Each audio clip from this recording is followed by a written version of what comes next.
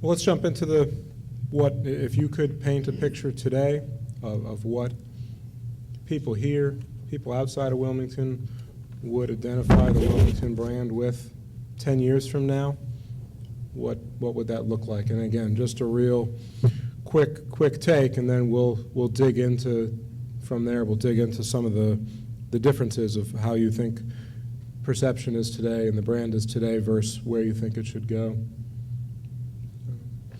You want to start? Yeah, I'll start. I think 10 years from now, I think the Wilmington brand should be one that is progressive and inclusive. This town and this community contains phenomenal elements that don't quite seem to have been brought together as effectively as they could have been or can be. When you come to the town, the perception often is people are coming for the historic preservation. That's the #1 draw.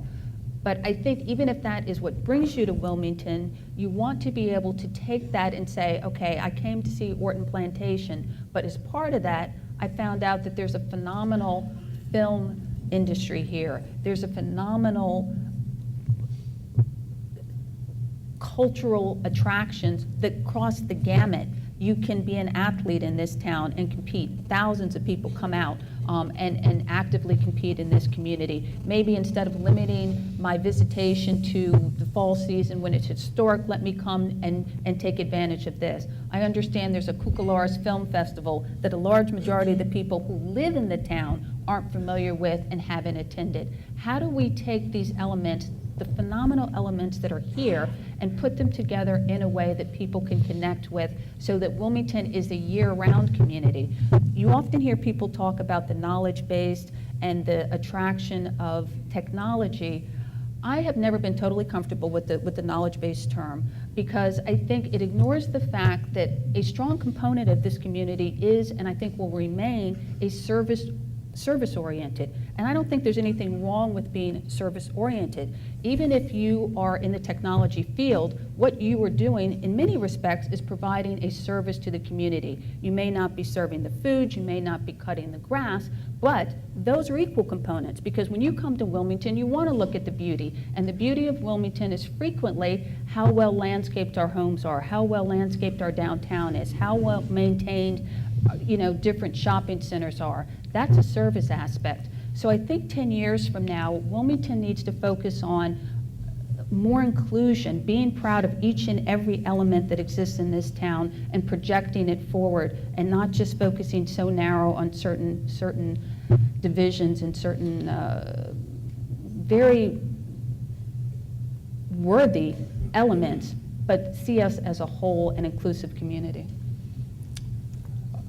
I'd like to follow up on Melanie's comment in particular about this notion of a knowledge economy, which is actually a phrase I prefer to a creative class, which is, and to the credit of Connie and the Cape Fear Future leadership team, they went away from that and emphasized the knowledge economy, obviously from a macro business point of view. However, a very important part of Cape Fear Future's strategic plan is to identify the fact that with this emergent, all of you in this room, by your spending and the spending of your businesses, that rising tide will lift the boats for everyone. We want a thriving tourism business here, and we want a thriving service business here.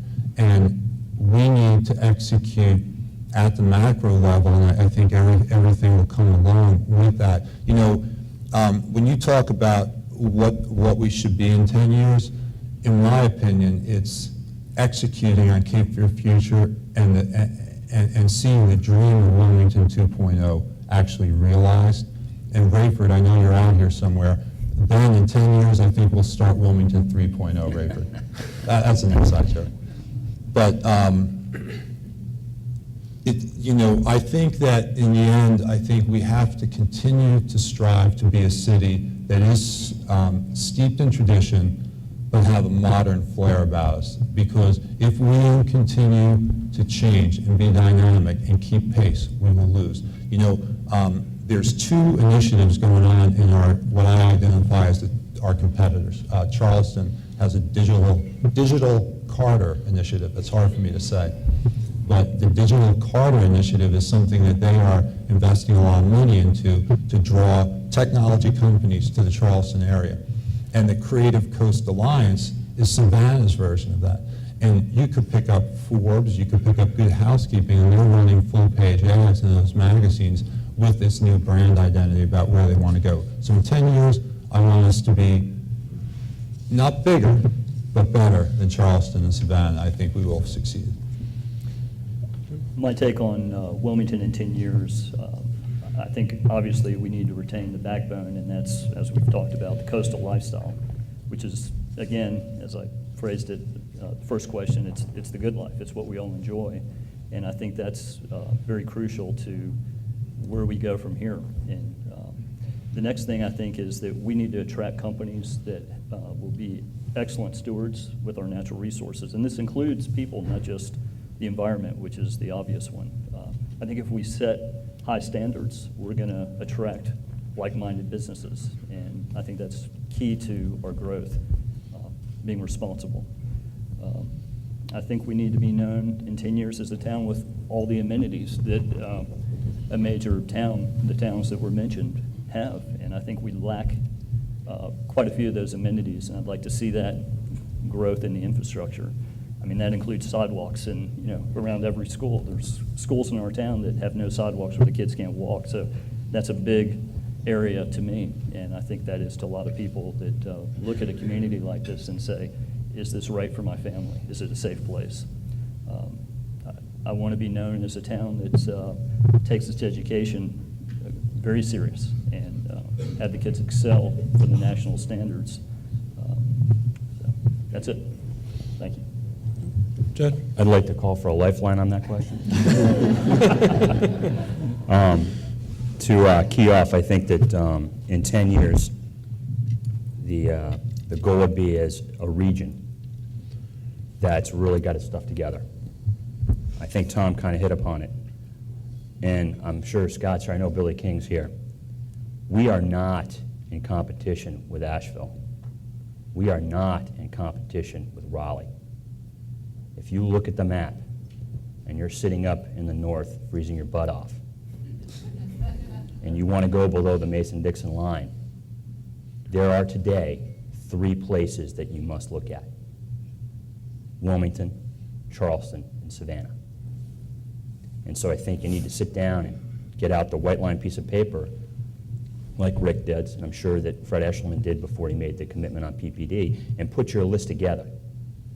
And the future is that you can check off every box you need to check off. And I think, as Jeff said, there's a lot of boxes we can check off. We've got a great medical. Medical's checked. We got that covered. That's going to get better. It's filling out nicely. The university can check that box off.